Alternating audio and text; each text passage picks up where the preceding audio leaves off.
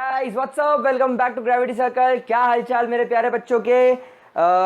पिछले वीडियो में हम लोगों ने Dalton's law of partial pressure के न्यूमेरिकल सॉल्व करे थे। आई थिंक 2 या 3 न्यूमेरिकल हमने करके देखे थे और Dalton law of partial pressure हम लोगों ने कंप्लीट कर लिया था। अब गाइस हम लोग एज पर एनसीईआरटी चल रहे हैं और अब हमें आज की क्लास से शुरू करना है kinetic molecular theory of gases. तो गाइज ये मॉलिक्यूलर काइनेटिक थ्योरी या kinetic molecular theory of gases start करने से पहले मैं आपको एक बात बताना चाहता हूं। देखो क्या हुआ, चार्ल्स, बॉयल्स, एवोगैड्रो, गे लुसेक, इन लोगों ने क्या किया, गैसेस को लेकर एक्सपेरिमेंट्स किए। अब जब इन्होंने गैसेस को लेकर एक्सपेरिमेंट्स किए तो इनको एक्सपेरिमेंट के रिजल्ट्स मिले। रिजल्ट्स मिलने के बाद इन्होंने उसके लिए कुछ फॉर्मूलेस, कुछ एक्सप्रेशन बनाए, आइडियल गैस इक्वेशन बनी। तो दूसरे साइंटिस्ट लोगों ने क्या किया, अपना दिमाग चलाया। कैसे चलाया, क्या सोचा होगा उन्होंने? उन्होंने ये सोचा कि जब हमारे बॉयल्स बोलता है, हमारे बॉयल्स अंकल बोलते हैं, जो पापा वाला लॉ था हमारे बॉयल्स का, कि जब आप प्रेशर बढ़ाओगे तो वॉल्यूम कम हो जाएगा। जब आप प्रेशर बढ़ाओगे तो वॉल्यूम कम हो जाएगा। या चार्ल्स ने बोला चाचा की टीवी, यानी टेम्परेचर वॉल्यूम, मतलब आप टेम्परेचर बढ़ाओगे तो वॉल्यूम बढ़ेगा।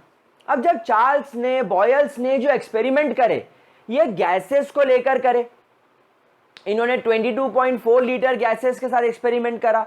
तो दूसरे साइंटिस्ट के मन में यह ख्याल आया कि ये जो एक्सपेरिमेंट्स हुए ये बल्कि लेवल पर हुए, ये मैक्रोस्कोपिक लेवल पर हुए, ये बड़े लेवल पर हुए।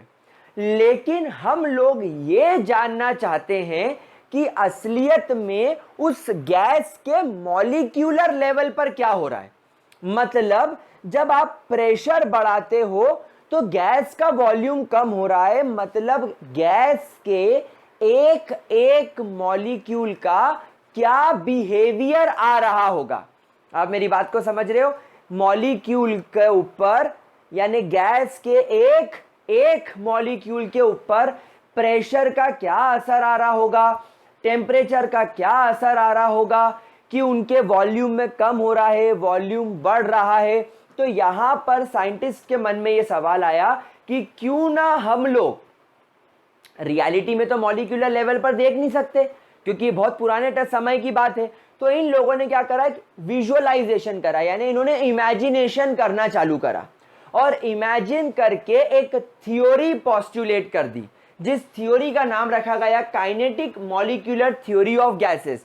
ये kinetic molecular theory of gases एक इमेजिनेशन के ऊपर बेस्ड है, यानी साइंटिस्ट ने गैसेस को मॉलिक्यूलर लेवल पर, माइक्रोस्कोपिक लेवल पर जाकर इमेजिन करा, विजुअलाइज करा और उसके बाद एक सेट ऑफ पॉइंट हमारे सामने लिख के दिया कि हाँ, चार्ल्स लॉ में ये इफेक्ट आ रहा था, बॉयल्स में ये आ रहा था, एवोगैड्रो में ये आ रहा था, गे लुसेक में ये आ रहा था। लेकिन असलियत में ये क्यों हो रहा होगा? क्योंकि मॉलिक्यूलर लेवल पर गैस का एक एक मॉलिक्यूल कुछ इस तरीके से बिहेव कर रहा होगा, इसलिए ये ऐसे एक्सपेरिमेंट्स पे ये रिजल्ट दे पाया। बात समझ में आ रही है? तो काइनेटिक मॉलिक्यूलर थ्योरी क्या है? देखा जाए तो काइनेटिक मॉलिक्यूलर थ्योरी एक इमेजिनरी थ्योरी है, एक इमेजिनेशन के ऊपर बेस्ड है और साइंटिस्ट ने इसे अपने, जिसको बोलना चाहिए एक्सपीरियंस से, अपने विजुअलाइजेशन से बनाया है। क्या ये चीज क्लियर हो गई?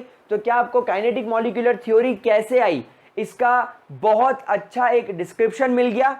श्योर है आप लोग? अच्छे से समझ में आया? ये आपसे कोई पूछेगा नहीं एग्जाम में, आपसे एग्जाम में कोई नहीं पूछेगा कि काइनेटिक मॉलिक्यूलर थ्योरी रियल है या विजुअलाइज करी हुई है। लेकिन आप लोगों के नॉलेज के लिए हमारे एनसीईआरटी में भी एक पैराग्राफ इसके ऊपर है, तो हम लोगों को इसे समझना जरूरी है। ठीक है, आगे बढ़े। चलिए, तो kinetic molecular theory of gases start करते हैं। And kinetic molecular theory of gases का सबसे पहला पोस्टुलेट, जो हम लोग यहां पर पढ़ने वाले वो ये है, that the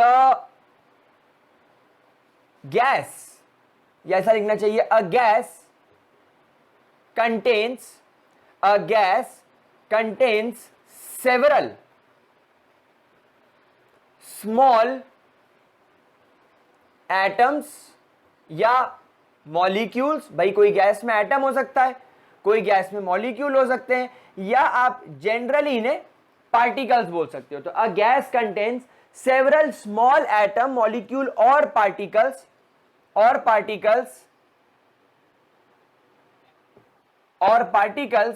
have a very small volume as compared to the space present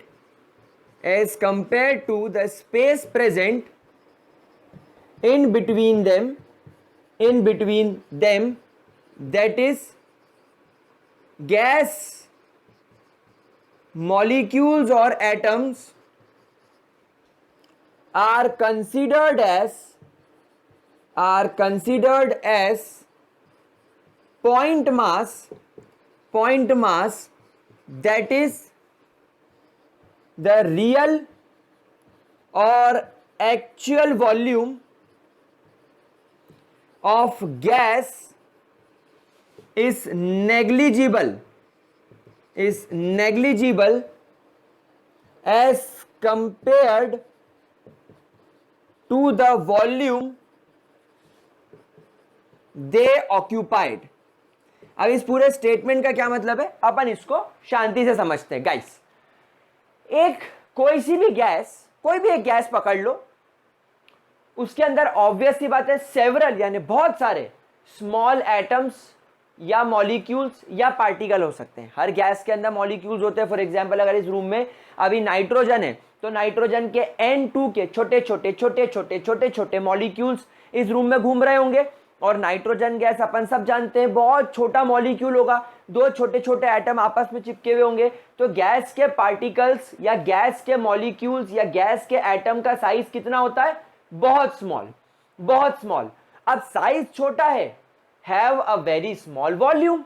और अगर एटम का साइज छोटा है या मॉलिक्यूल का साइज छोटा है तो उसके द्वारा ऑक्यूपाई किया गया वॉल्यूम भी छोटा होगा। कैसे, देखो ये मैंने एक रूम बना लिया। अब आप इस रूम के डायमेंशन देखो, ये रूम की लेंथ 10 फीट या अपन इसको मान लेते हैं 1 सेंटीमीटर है, इसकी हाइट 1 सेंटीमीटर है, और इसकी जो विड्थ होगी वो भी कितनी होगी, 1 सेंटीमीटर होगी। क्या बात समझ में आ गई आप लोगों को? चलिए इसको अपन 3 डायमेंशनली बना लेते हैं। इसको अपन में 3 डायमेंशन ही बना देता हूं ताकि आपका कंफ्यूजन क्रिएट ना हो आपके मन में किसी भी प्रकार का। तो ये क्यूब रख दिया मैंने आपके सामने, इसकी विड्थ भी 1 सेंटीमीटर है, लेंथ भी 1 सेंटीमीटर है और हाइट भी 1 सेंटीमीटर है। देयरफॉर इस क्यूब का ओवरऑल वॉल्यूम कितना हो गया, 1 सेंटीमीटर क्यूब। यह काम करे 1 मीटर कर दे, 1 मीटर क्यूब कर दे। चलिए तो अपन इसको 1 मीटर क्यूब कर लेते, तो volume of the cube is 1 meter cube. लेकिन प्यारे बच्चों इस क्यूब के अंदर जो गैस के पार्टिकल्स होंगे वो कितने छोटे छोटे होंगे, देखो ये इतने छोटे छोटे, ये तो ये जो एक काला डॉट है ये आपकी गैस का एक मॉलिक्यूल है। अब इस गैस के एक मॉलिक्यूल का क्या वॉल्यूम होगा, वेरी स्मॉल, ना के बराबर। तो इनका वॉल्यूम बहुत स्मॉल होगा as compare to the space present in between them. मतलब यहां पर आप देखो गैस के, अगर आप इन दो मॉलिक्यूल्स को देखो तो इन दोनों मॉलिक्यूल्स के बीच में गैप कितना दिख रहा है आपको, बहुत ज्यादा। मतलब इस रूम में अभी जो गैस के मॉलिक्यूल्स मौजूद हैं उनके बीच में गैप बहुत ज्यादा है, डिस्टेंस बहुत ज्यादा है, और उन गैस का एक मॉलिक्यूल का अपना खुद का वॉल्यूम बहुत ज्यादा कम होगा। हम उसे नेग्लिजिबल मानते हैं। That is the gas molecule और atom are considered as a point mass, यानी हम इन्हें नेग्लिजिबल मास की तरह मान लेते हैं, जिनका कोई भी, जिसको बोलना चाहिए कोई स्पेसिफिक वॉल्यूम नहीं होगा। दैट इज द रियल और actual volume of a gas is negligible as compare to the volume they occupied. इस पूरी बात का एक ही मतलब है कि जब ये गैस के पार्टिकल इस 1 मीटर क्यूब के बॉक्स के अंदर रखे जाएंगे तो इस बॉक्स का वॉल्यूम है 1 मीटर क्यूब, लेकिन अगर मैं इस बॉक्स के अंदर मौजूद जितनी भी गैसेस हैं या जितनी भी गैस के मॉलिक्यूल्स हैं, अगर उन सबको मैं इकट्ठा कर लूं, इमेजिन करना, अगर इस बॉक्स के अंदर गैस के जितने भी मॉलिक्यूल हैं, अगर उन सबको मैं इकट्ठा कर लूं, तो वो शायद इस बॉक्स के एक छोटे से कोने में इकट्ठे हो जाएंगे। मतलब इस बॉक्स के वॉल्यूम के मुकाबले, यानी गैसेस ने जो अभी वॉल्यूम ऑक्यूपाई कर रखा है, उसके मुकाबले अगर हम गैस के असली वॉल्यूम को देखें, मतलब गैस के सारे पार्टिकल इकट्ठे कर लें और फिर उसका वॉल्यूम निकालें सबको इकट्ठे करके, तो वो कैसा निकले? वो नेग्लिजिबल निकले। क्या ये बात समझ में आ रही है आप लोगों को? तो यही पहले स्टेटमेंट का मतलब है जो काइनेटिक मॉलिक्यूलर थ्योरी के अंदर आया है। वो क्या कहता है? वो कहता है कि आपकी जो गैस है, उस गैस के अंदर सैकड़ों अनगिनत छोटे छोटे मॉलिक्यूल्स, एटम्स यानी कि पार्टिकल्स होंगे, और इन एक पार्टिकल का या इन मॉलिक्यूल्स का, यानी हम बात करें कि अगर इस रूम में फॉर एग्जांपल 1 करोड़ नाइट्रोजन के मॉलिक्यूल्स हैं, तो 1 करोड़ नाइट्रोजन के मॉलिक्यूल्स में से अगर मैं एक इंडिविजुअल मॉलिक्यूल का वॉल्यूम देखूं, तो वो बिल्कुल खत्म होगा, ना के बराबर होगा, नेग्लिजिबल होगा। मतलब ये इतने छोटे पार्टिकल्स हैं। अब क्या हुआ? इतने छोटे पार्टिकल होने की वजह से हमने उसे पॉइंट मास कंसीडर कर लिया। अब पहला स्टेटमेंट आपको कहता है कि जो एक्चुअल या रियल वॉल्यूम है किसी गैस का, वो नेग्लिजिबल है as compare to the volume they occupies. मतलब आप लोग सब जानते हो कि गैसेस एक्सपांड करती है और बहुत तेजी से जिस रूम में डालोगे उस रूम का वॉल्यूम ऑक्यूपाई कर लेगी। मतलब अगर अभी आपने इसको 1000 लीटर की टंकी में डाल रखा है, तो जरा सी गैस का वॉल्यूम 1000 लीटर हो जाएगा। फिर अगर आप उस गैस को वहां से निकाल के एक डीओ के बॉक्स में डाल दोगे, एक 500 ml के डीओ के कंटेनर के अंदर डाल दोगे, तो गैस का वॉल्यूम 500 ml हो जाएगा। तो एक्चुअली क्या होता है? गैसेस का रियल वॉल्यूम तो नेग्लिजिबल होता है। मतलब अगर आप गैस के सारे पार्टिकल्स इकट्ठे करके एक जगह रख लो, तो वो जिस रूम में अभी मौजूद है, उस रूम के वॉल्यूम के मुकाबले गैसेस के मॉलिक्यूल्स का जो रियल वॉल्यूम है वो नेग्लिजिबल होता है, ना के बराबर होता है। और ऐसा क्यों होता है? क्योंकि गैसेस के पार्टिकल्स के बीच में गैप बहुत ज्यादा होती है। तो गैप ज्यादा होने की वजह से क्या होता है? वो एक बड़े से कमरे में दूर दूर फैल जाते हैं। तो आपको लगता है कि गैस का वॉल्यूम तो बहुत ज्यादा है, कि वो इतने बड़े कमरे में गैस ही गैस भरी हुई है। लेकिन असलियत में क्या होता है? गैसेस के पार्टिकल्स के बीच में क्या होता है? गैप ज्यादा होती है। गैसेस के पार्टिकल के बीच में क्या होता है? The space present between them is very high. Particles के बीच में जो गैप होती है वो बहुत ज्यादा हाई होती है, और इसी वजह से गैसेस कंप्रेसिबल हो जाती है। तो अगर आपसे कोई पूछे कि इस स्टेटमेंट का प्रूफ दो, तो इस स्टेटमेंट को आप कैसे प्रूफ करेंगे? ये स्टेटमेंट साइंटिस्ट के द्वारा लिखे जाने का क्या रीजन बताओगे? आप बोलोगे कि एक gas, the gases are highly compressible, the gases are highly compressible. Gases क्या होती है? हाईली कंप्रेसिबल होती है due to the space present between the molecules are high. यानी गैसेस के बीच में जो स्पेस है वो बहुत ज्यादा हाई है। तो क्या पहला पॉइंट समझ में आया? क्या kinetic molecular theory of gases का पहला पॉइंट क्लियर हुआ? एक बार फिर मेरे प्यारे बच्चे रिपीट करेंगे। मैं चाहता हूं वीडियो बंद करने के बाद बुक देखने की जरूरत नहीं पड़े। चलो पहला पॉइंट रिपीट करते हैं। एक गैस के पास में अपने अपने पार्टिकल्स होंगे। तो एक गैस के जो मॉलिक्यूल्स हैं, अगर हम उनके वॉल्यूम को चेक करें तो उनका वॉल्यूम नेग्लिजिबल आएगा। किसके मुकाबले? उसके मुकाबले जिस कमरे में, जिस अपैरेटस में वो रखे गए हैं। यानी जो कमरे का वॉल्यूम है, उस कमरे के वॉल्यूम के मुकाबले आपकी गैस के सारे मॉलिक्यूल भी इकट्ठे कर लो तो उनका वॉल्यूम नेग्लिजिबल आएगा as compare to the volume they occupy. यानी गैस जो वॉल्यूम ऑक्यूपाई कर सकता है उसके मुकाबले रियल गैस का जो वॉल्यूम होगा वो क्या होगा, नेग्लिजिबल होगा। क्या होगा, नेग्लिजिबल होगा। तो ऐसा क्यों होता है फिर कि गैस इतना ज्यादा वॉल्यूम ऑक्यूपाई कर लेता है, या गैस को जिस कमरे में रखो उस कमरे का वॉल्यूम ऑक्यूपाई कर लेता है? तो उसका रीजन ये है कि गैसेस के पार्टिकल्स के बीच में गैप ज्यादा होती है, गैसेस के पार्टिकल के बीच में स्पेस ज्यादा होती है। गैस के दो पार्टिकल एक दूसरे से बहुत ज्यादा दूर हो सकते हैं, बहुत ज्यादा डिस्टेंस पर होते हैं, इसलिए क्या होता है, जितने दूर होंगे उतना ज्यादा वॉल्यूम ऑक्यूपाई करेंगे। क्या ये बात समझ में आ रही है मेरे प्यारे बच्चों को? तो क्या हमारा पहला पॉइंट अच्छे से क्लियर हो गया? प्लीज गाइस इसे जल्दी से ध्यान से देख लीजिए और इसका स्क्रीनशॉट ले लो, फिर हम सेकंड पॉइंट की तरफ चलेंगे। ठीक है, चलिए अब यहां पर डिस्कस करेंगे हम लोग सेकंड पॉइंट, हमारे kinetic molecular theory of gases का सेकंड पॉइंट हम लोग यहां पर डिस्कस करेंगे। साइंटिस्ट ने बोला, सेकंड पॉइंट हमें बताया that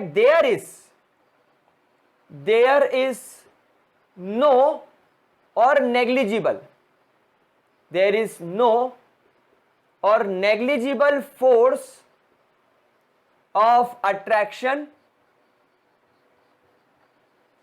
present between the particles of gases, between the particles of gases। दूसरा पॉइंट इन्होंने क्या बोला कि जो गैसेस के पार्टिकल्स हैं इनके बीच में किसी प्रकार का कोई इंटरमॉलिक्यूलर फोर्स ऑफ अट्रैक्शन मौजूद नहीं होता। गैसेस के पार्टिकल एक दूसरे को किसी भी प्रकार से अट्रैक्ट नहीं करते। इस बात का उन्होंने रीजन क्या दिया होगा, तो इसका जरा रीजन भी समझते हैं। तो इस चीज का उन्होंने रीजन हमें यह दिया that the gases expands and occupies any shape and volume। क्या मतलब इस बात का, मैं आपको समझाता हूं। फॉर एग्जाम्पल देखो, मैंने आप लोगों के लिए यहां पर एक डीओ भी रखा है ताकि आप समझ सकें। ये डीओ है मेरे पास, ये डीओ अभी 150 ml का है, मतलब इसके अंदर अभी जो गैस का वॉल्यूम है वो कितना है, 150 ml। अब जैसे ही मैं इस डीओ को स्प्रे करूंगा, या इस पूरे डीओ को मैं स्प्रे करके इसके अंदर की जो 150 लीटर गैस है वो इस रूम में डिस्ट्रीब्यूट कर दूंगा, तो क्या अब इस रूम में डीओ की मात्रा या जो डीओ की जो पार्टिकल्स हैं, यानी जो डीओ के जो पार्टिकल्स हैं, क्योंकि ये गैस वाला डीओ है, तो इस गैस के जो पार्टिकल्स हैं जैसे इस रूम में फैलेंगे, तो प्यारे बच्चों इस रूम का डायमेंशन तो कुछ और है। ये रूम 10,000 लीटर का है। तो अब क्या होगा, एक कंटेनर में ये गैस के पार्टिकल्स इतने ज्यादा कंप्रेस करके हाई प्रेशर में दबा के रखे हुए हैं कि इन्होंने 150 ml के अंदर अपनी दुनिया बसा ली। लेकिन जैसे ही मैंने बटन प्रेस करा और पूरी अंदर की डीओ, अंदर का पूरा डीओ इस रूम में स्प्रे कर दिया, इनने बाहर आके देखो, अरे बाप रे, 1000 लीटर वॉल्यूम वाला कमरा फेलो फटाक से करके एक्सपांड हो गए। एक्सपांड मतलब एकदम एक दूसरे से दूर दूर चले गए। तो इसके पहले वाला पॉइंट आपने क्या सीखा था कि गैसेस के पार्टिकल्स के बीच में गैप ज्यादा होती है और इसी वजह से आप प्रेशर लगाकर उसको क्या कर सकते हो, कंप्रेस कर सकते हो। और दूसरा पॉइंट आपको क्या सिखाता है कि गैसेस के पार्टिकल्स अगर आप हाई प्रेशर लगाकर, जो अभी डीओ के अंदर लगा हुआ है, हाई प्रेशर लगा के अगर तुम इसे पास भी ले आते हो, तो भी गैसेस के पार्टिकल्स के बीच में कोई इंटरमॉलिक्यूलर फोर्स नहीं होता जो एक दूसरे को पकड़ के रखेगी, नहीं मैं तेरे को नहीं जाने दूंगा, मैं तेरे को नहीं जाने दूंगा। जहां इनको मौका मिला फटाक से स्प्रेड हो जाएंगे, फटाक से एक्स्ट्रा वाला वॉल्यूम, जो ज्यादा वॉल्यूम वाले एरिया है उसको ऑक्यूपाई कर लेंगे। क्यों? क्योंकि इनके बीच में कोई इंटरमॉलिक्यूलर फोर्स ऑफ अट्रैक्शन नहीं है। और यही कारण है कि गैसेस एकदम से एक्सपैंड करती है। मतलब आप डीओ यहां लगाओगे, खुशबू आपके घर में नीचे तक, आपके दूसरे कमरों तक चली जाएगी। क्यों? क्योंकि गैसेस हमेशा एक्सपैंड करती है। और गैसेस के एक्सपैंड करने का इन्होंने रीजन क्या बताया कि इनके बीच में there is no intermolecular force of attraction. क्या ये बात समझ में आ गई? क्या इसके अंदर कोई डाउट? पक्की बात? ओके बच्चों, चलिए अब अपन यहां पर थर्ड पॉइंट यहां डिस्कस कर लेते हैं। थर्ड पॉइंट हमें kinetic molecular theory of gases बोलती है that the particles of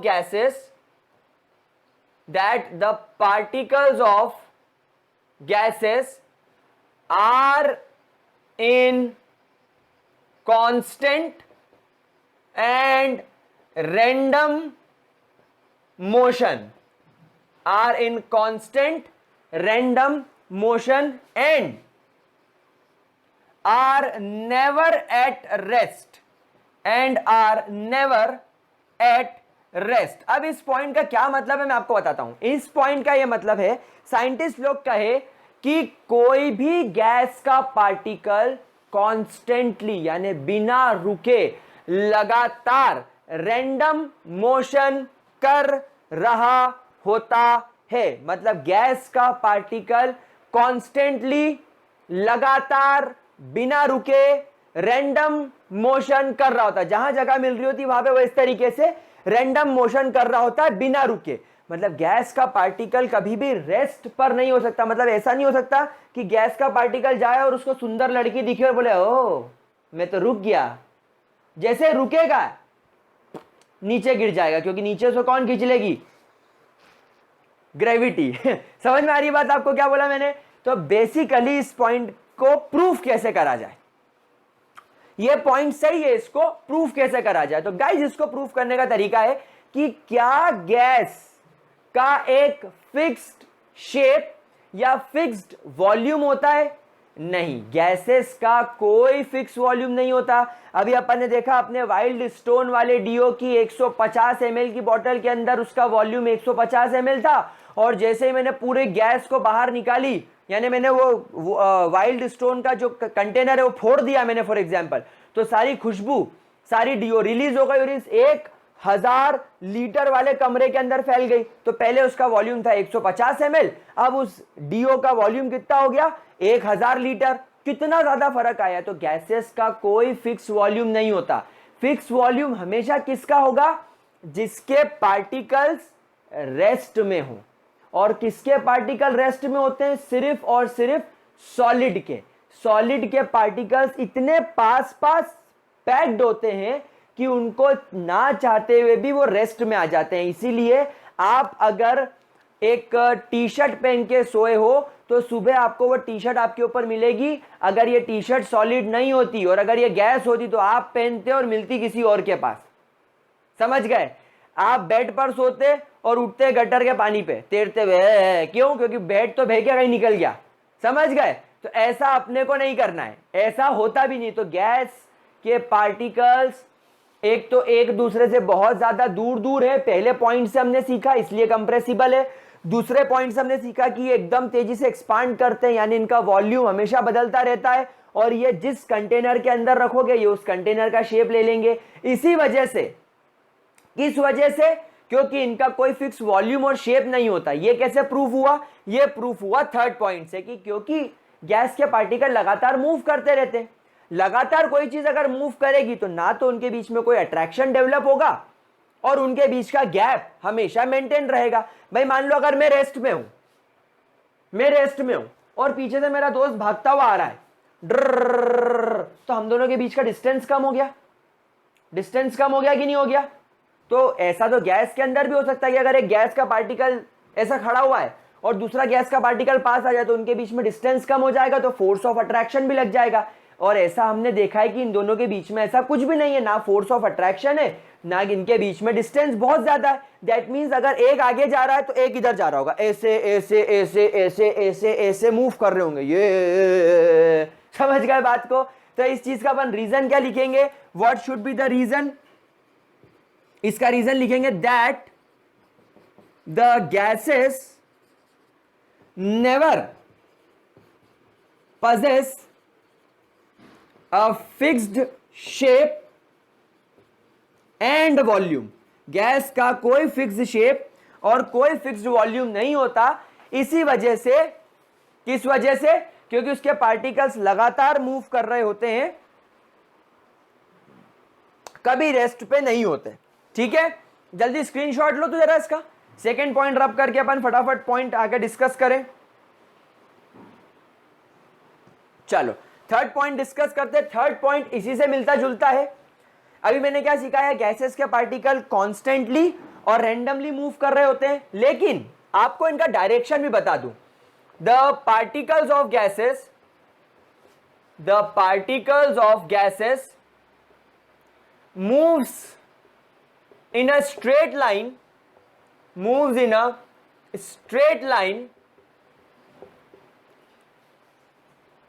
constantly, and during this movement they colloids with each other, यानी एक दूसरे के साथ ये कोलॉइड कर जाएंगे, and with the wall of container, ये आपका चौथा पॉइंट है। इसको कैसे प्रूफ किया जाए, पहले तो आप एक बात समझो। एक रूम में मैंने तुम सबके पिछवाड़े पे आग लगा के छोड़ दी। एक कमरा लिया मैंने, उसको मैंने पैक कर दिया, खिड़की विड़की सब बंद कर दी, और तुम सबके पिछवाड़े पे आग लगा के छोड़ दिया। तुम रूम में मान लो 50 लोग हो। अब क्या होगा, पिछवाड़े पे आग लग गई, भागोगे, बचाओ बचाओ, आग बुझाओ, आग बुझाओ, आग बुझाओ। इस चक्कर में क्या आप ये देखोगे कि दो लोग आपस में टकरा रहे हैं कि नहीं? कि तुम बोलोगे मैं भागा और आग लगी, मेरा दोस्त सामने था, मैं इसको कट मार के इधर से निकल गया ताकि हम लोग आपस में नहीं टकराए। भागोगे, दीवार से टकराओगे, आपस में टकराओगे, गिर जाओगे, उठोगे, फिर भागोगे। अफरा तफरी ऐसे मचती है। वैसा तो क्या होगा कि जब एक कंटेनर के अंदर ये पार्टिकल्स भरे हुए होंगे और ये पार्टिकल्स स्ट्रेट लाइन में मूव करेंगे और रेंडमली मूव करेंगे, कोई यहां मूव करेगा, कोई यहां मूव करेगा, फिर ये पार्टिकल मूव करके यहां आ जाएगा तो ये छत से टकरा गया, ये यहां आया तो ये जमीन से टकरा गया, टकरा के फिर ये आगे की तरफ बढ़ा, ये आगे की तरफ बढ़ा, तो यहां पर ये दोनों आपस में टकरा गए। तो क्या होगा, गैसेस के पार्टिकल स्ट्रेट लाइन में आगे बढ़ते हैं। ये ऐसे नहीं बढ़ते आगे, समझ रहे हो? स्ट्रेट लाइन में आगे बढ़ेंगे। तो जैसे ये छत से टकराया, टकरा के नीचे आया, एक पार्टिकल नीचे टकराया, टकरा के ऊपर गया, ये दोनों ऐसे टकरा गए। तो क्या होगा, गैसेस के पार्टिकल्स क्योंकि लगातार मूव कर रहे होते हैं और इनका मूवमेंट हमेशा स्ट्रेट लाइन में होता है, या तो ये गैस के पार्टिकल आपस में टकराएंगे, या तो ये कंटेनर, जिस कंटेनर के अंदर रखे हैं उसकी दीवार से, उसकी वॉल से टकराएंगे। अब क्या होगा, जैसे ये पार्टिकल आया, टकराया, बम, फिर दूसरा पार्टिकल आया, टकराया, बम, फिर तीसरा पार्टिकल आया, टकराया, बम, फिर चौथा पार्टिकल आके टकराया, बम बम बम। समझ गए? तो क्या होगा, लगातार ये पार्टिकल आकर जब बम कर रहे हैं, क्या क्रिएट हो रहा है? Pressure.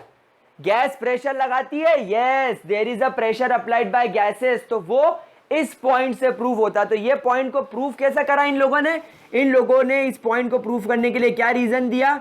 That the gases applies pressure by colliding with the container's wall। जिस कंटेनर में, जिस रूम में, जिस अपैरेटस में, जिस जगह पर ये रखे हैं, लगातार मूवमेंट की वजह से ये एक प्रेशर क्रिएट करेंगे, जिसे गैसियस प्रेशर या प्रेशर अप्लाइड बाय गैसेस बोला जाता है। That is pressure applied by gases बोला जाता है। क्या मेरे प्यारे बच्चों को ये 4 पॉइंट क्लियर हुए? पक्की बात। जल्दी से इसका स्क्रीनशॉट लो, फिर इसको रब करके आगे बढ़ते हैं। हो गया मेरे प्यारे प्यारे बच्चों? इसको रब करें, ठीक है, चलिए, बहुत बढ़िया, स्क्रीनशॉट ले लिया होगा आप लोगों ने। अब मैं आप लोगों से बात करने वाला हूं हमारे 5th पॉइंट की। तो 5th पॉइंट हमारा क्या कहेगा? चलो 5th पॉइंट पढ़ना स्टार्ट करते हैं। The collision between the particles of gases, the collisions between the particles of gases is perfectly elastic, is perfectly elastic, that is the initial and the final, that is the initial and the final energy of the system remains the same, यानी बिल्कुल same रहेगा, remains same, only the individual particles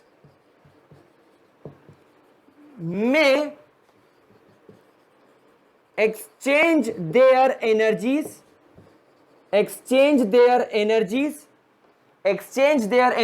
but their total energy remains same. अब इस point का क्या मतलब है समझो. जब कभी भी एक चेंबर के अंदर गैस के दो पार्टिकल आपस में टकराएंगे तो इनका कोलिजन परफेक्टली इलास्टिक होगा. मतलब ऐसा कभी भी नहीं होगा कि दो पार्टिकल्स टकराए और इस टक्कर से किसी एक पार्टिकल की एनर्जी पूरी तरीके से खत्म हो गई. अगर उसकी एनर्जी खत्म हो जाएगी, मतलब अगर उस पार्टिकल की काइनेटिक एनर्जी लूज हो जाएगी, तो वो पूरी तरीके से एनर्जी अगर लूज कर देगा तो ग्रेविटी उस पार्टिकल को खींच के जमीन पर पटक देगी और धीरे धीरे आपके रूम की सारी गैसेस में काइनेटिक एनर्जी का लॉस होता जाएगा और वो सब जमीन पे गिरती जाएगी. तो सारी गैसेस तो फिर जमीन पर डिपॉजिट हो जाती है. अगर ऐसा होता तो क्या ऐसा हुआ? नहीं, ऐसा नहीं हुआ. दैट मीन्स गैसेस के पार्टिकल्स के बीच में जो कोलिजन हो रहा है वो इलास्टिक हो रहा है. बेटा इलास्टिक कोलिजन का मतलब एक बात समझो, there is no loss of energy का किसी प्रकार का नुकसान नहीं हो रहा है. हाँ, एनर्जी क्या हो रही है, एनर्जी एक दूसरे पार्टिकल्स के साथ हल्की फुल्की एक्सचेंज जरूर होती रहेगी. फॉर एग्जाम्पल अगर हम लोगों ने क्या किया, हम लोगों ने यहां पर एक चेंबर लिया और इस चेंबर के अंदर मान लो अपन ने 4 पार्टिकल लिए. ठीक है, ये पार्टिकल की एनर्जी मैंने मानी 10 जूल्स, इस पार्टिकल की एनर्जी मैंने मानी 10 जूल्स, इसकी भी मानी 10 जूल्स, इसकी भी मानी 10 जूल्स. ये इनिशियल एनर्जी है. अब इन्होंने कोलॉइशन चालू करा, ये आपस में कोलॉइड होना स्टार्ट हुआ. ये इससे कोलॉइड हुआ, ये इससे कोलॉइड हुआ, ये इससे कोलॉइड हुआ, ये इससे कोलॉइड हुआ, ये सब आपस में कोलॉइड होना शुरू हुए. तो शुरू में इनकी टोटल एनर्जी कितनी होगी इन 4 पार्टिकल्स की? 40 जूल्स. एवरेज एनर्जी क्या होगी? 10 जूल्स. अब क्या हुआ, अब जब इनके बीच में कोलिजन हो गया तो मैंने चेक किया कि यार ये जो पार्टिकल है इसके पास तो 7 जूल की एनर्जी बची, इसके पास 11 जूल की एनर्जी बची, इसके पास 9 जूल की एनर्जी बची और इसके पास 13 जूल्स की एनर्जी बची. जब आप इनका टोटल निकालोगे तो टोटल एनर्जी अभी भी 40 जूल रहेगी. आप इन 4 पार्टिकल्स की एवरेज निकालोगे तो एवरेज अभी भी रहेगी. लेकिन इंडिविजुअल पार्टिकल्स की एनर्जी में हल्का फुल्का बदलाव देखने को मिला क्योंकि यहां पर एनर्जी एक्सचेंज हो गई. दो पार्टिकल जब आपस में टकराएंगे तो इनके बीच में एनर्जी एक्सचेंज होना स्वाभाविक है. लेकिन इसका मतलब यह नहीं है कि यह पार्टिकल की एनर्जी पूरी तरीके से जीरो हो गई. एनर्जी जीरो हो गई मतलब काइनेटिक एनर्जी जीरो हो गई, मतलब मूवमेंट रुक गया, और मूवमेंट रुक गया तो ये तो जमीन पर सेटल डाउन हो जाएगा. तो ऐसा होता हुआ आपको कभी नहीं दिख रहा है. दैट मीन्स इस चीज को आप कैसे प्रूफ करोगे? तो इस चीज का रीजन क्या हो जाएगा प्यारे बच्चों? इस चीज का रीजन हो जाएगा दैट इफ, आप इसको एक प्रोबेबिलिटी के साथ बोलेंगे, that if kinetic energy becomes zero, यानी कि अगर इलास्टिक कोलिजन नहीं होगा तो एनर्जी का लॉस हो जाएगा. यहां पर एनर्जी का लॉस नहीं हो रहा है, एनर्जी एक्सचेंज हो रही है पार्टिकल्स के बीच में, नुकसान नहीं हो रहा है. तो यहां पर अगर काइनेटिक एनर्जी जीरो हो जाती है then the particle of gas stops moving, stops their motion and settle down, जमीन पर सेटल हो जाएंगे और अपना घर वर बसा लेंगे, खाना पीना चालू करेंगे पार्टी शार्टी शुरू कर लेंगे और अपना मूवमेंट रोक देंगे. तो सब जमीन पर डिपॉजिट हो जाएगी. तो गैस क्या जमीन पर डिपॉजिट होती है? हमेशा घूमती रहती है वो. समझ गए बात को? फंडा क्लियर हुआ? चलो इसका स्क्रीनशॉट लो. चलो चलो चलो चलो रब करें इसको। चलिए बहुत बढ़िया, अब 6th पॉइंट की तरफ चलते हैं। Let's talk about the 6th point. 6th point exactly यही पॉइंट है, बस यहां पर शब्द आ गया काइनेटिक एनर्जी का। और 6th पॉइंट क्या कहता है, that at a particular temperature, यानी यहां पर आप देखो टेम्परेचर के बारे में खास बात होने वाली है। एट अ पर्टिकुलर टेम्परेचर यानी कि मान लो हमने गैस को रखा 300 केल्विन पर, तो 300 केल्विन पर ऑल द पार्टिकल्स इनिशियली, यानी जब आपने गैस को शुरुआत में 300 केल्विन पर रखा, इन सभी गैस के पार्टिकल्स की हैव सेम, ये मैं कहूं have equal kinetic energy, have equal kinetic energy. यानी 300 केल्विन्स पर आपने अगर किसी गैस को रखा है, यानी आपने 27 डिग्री सेल्सियस पर एक चेंबर के अंदर गैस को रखा है, तो उस गैस के हर एक पार्टिकल की काइनेटिक एनर्जी कैसी होगी, सेम होगी या इक्वल होगी। But during collision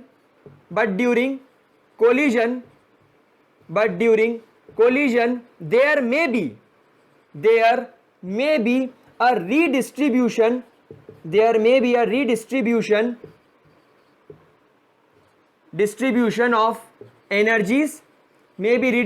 of energies, but the average kinetic energy remains same।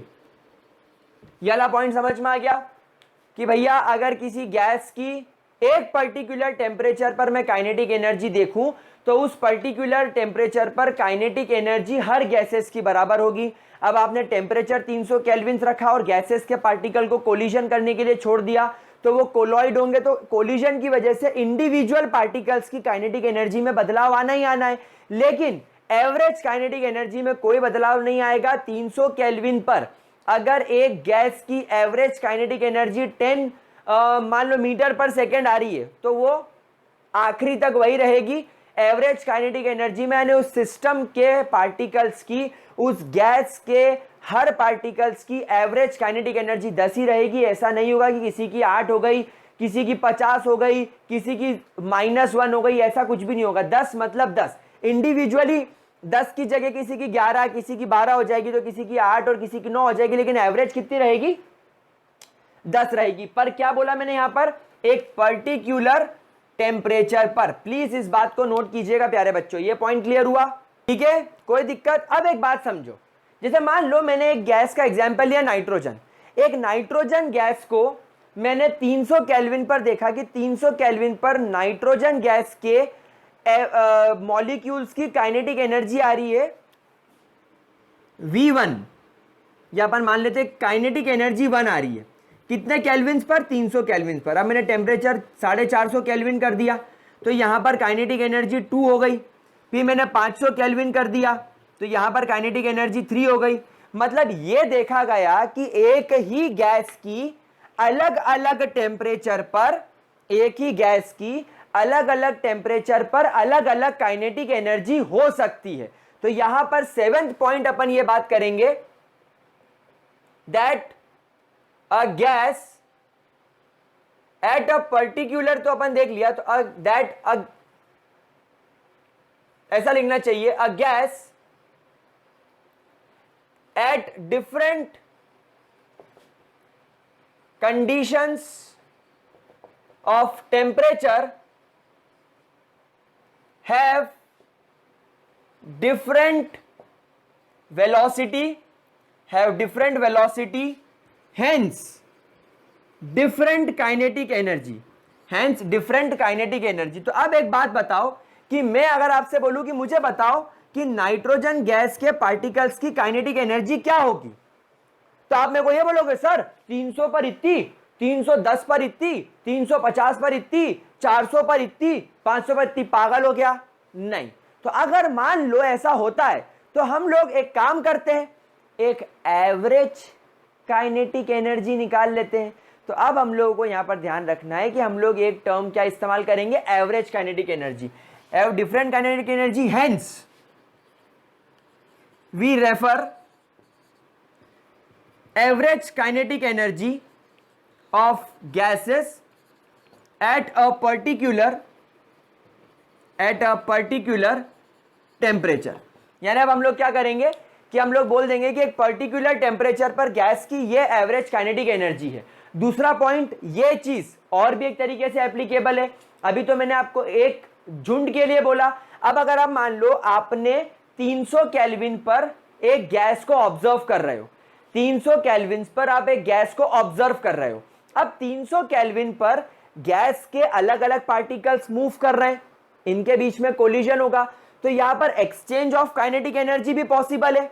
तो एक्सचेंज ऑफ काइनेटिक एनर्जी होने की वजह से किसी गैस की काइनेटिक एनर्जी 8 हो गई, किसी की 9 हो गई, किसी की 11 हो गई, किसी की 13 हो गई, तो अलग अलग काइनेटिक एनर्जी हो गई। लेकिन हम लोग क्या एक गैस के अलग अलग पार्टिकल्स की अलग अलग काइनेटिक एनर्जी बोलेंगे? नहीं, हम लोग क्या करेंगे, हम हमेशा क्या रेफर करेंगे, एवरेज काइनेटिक एनर्जी वाली term, average kinetic energy of gas, हम लोग हमेशा इसी टर्म को यहां पर यूज करेंगे। और एक बात आप लोग ध्यान रखिएगा, that average kinetic energy is directly proportional to the absolute temperature, यानी जैसे जैसे टेम्परेचर बढ़ेगा गैसेस की काइनेटिक एनर्जी बढ़ेगी, जैसे जैसे टेम्परेचर कम होगा गैसेस की एवरेज काइनेटिक एनर्जी कम होगी। और यहां पर मैं एवरेज वर्ड क्यों यूज कर रहा हूं, क्योंकि सिस्टम में ढेर सारे मॉलिक्यूल्स हैं और हर मॉलिक्यूल के कोलिजन की वजह से काइनेटिक एनर्जी में बदलाव आ जाता है,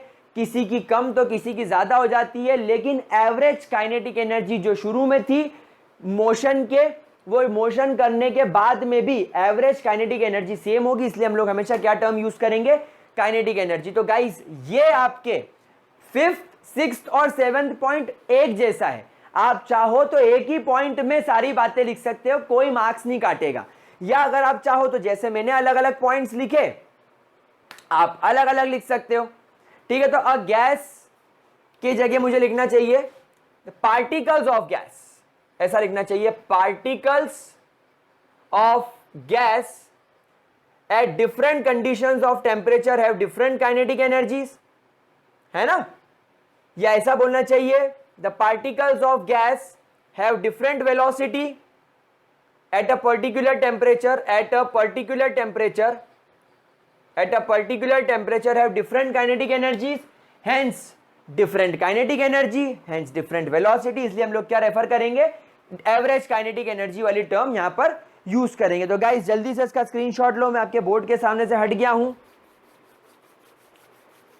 यानी कि आपने अगर एक टेम्परेचर 500 केल्विन रखा है तो 500 केल्विन पर भी सारे पार्टिकल्स की काइनेटिक एनर्जी एक जैसी नहीं होगी, इसलिए हम लोग क्या यूज करेंगे, एवरेज काइनेटिक एनर्जी। तो गाइस 5वां, 6ठा और 7वां पॉइंट एक जैसा है, कंफ्यूज होने की जरूरत नहीं है। ये अपनी बुक में 7 पॉइंट लिखे हैं, इसलिए 7 एक्सप्लेन करें, 5, 6 और 7 लगभग एक ही बात है। तो गाइस यहां पर हमारी kinetic molecular theory of gases खत्म होती है। अब हम लोग अगले वीडियो में grams law of diffusion discuss करेंगे, जो आपके एनसीईआरटी में नहीं है पर जेईई नीट के हिसाब से थोड़ा सा इंपॉर्टेंट है। तो अभी पहले इतना नोट कर लो, इसके बाद स्टार्ट करेंगे ग्राम्स लॉ एंड देन फिर हम लोग स्टार्ट करेंगे रियल गैसेस के बारे में पढ़ना, और ये चैप्टर बहुत जल्दी अब खत्म होने वाला है। तो फटाफट से इसका स्क्रीनशॉट लो, कोई डाउट हो तो कमेंट सेक्शन में लिखो, वीडियो पसंद आए तो लाइक करो, डाउट्स लिख दो। इस चैप्टर को खत्म करने के पहले पहले अगर डाउट्स ज्यादा इकट्ठे हो गए तो मैं kinetic molecular theory of gases पर फिर एक वीडियो बना दूंगा, लेकिन अभी जल्दी लिखना पड़ेगा, ठीक है। चलिए, तो that's all for this video guys, bye bye, take care, have a great day guys.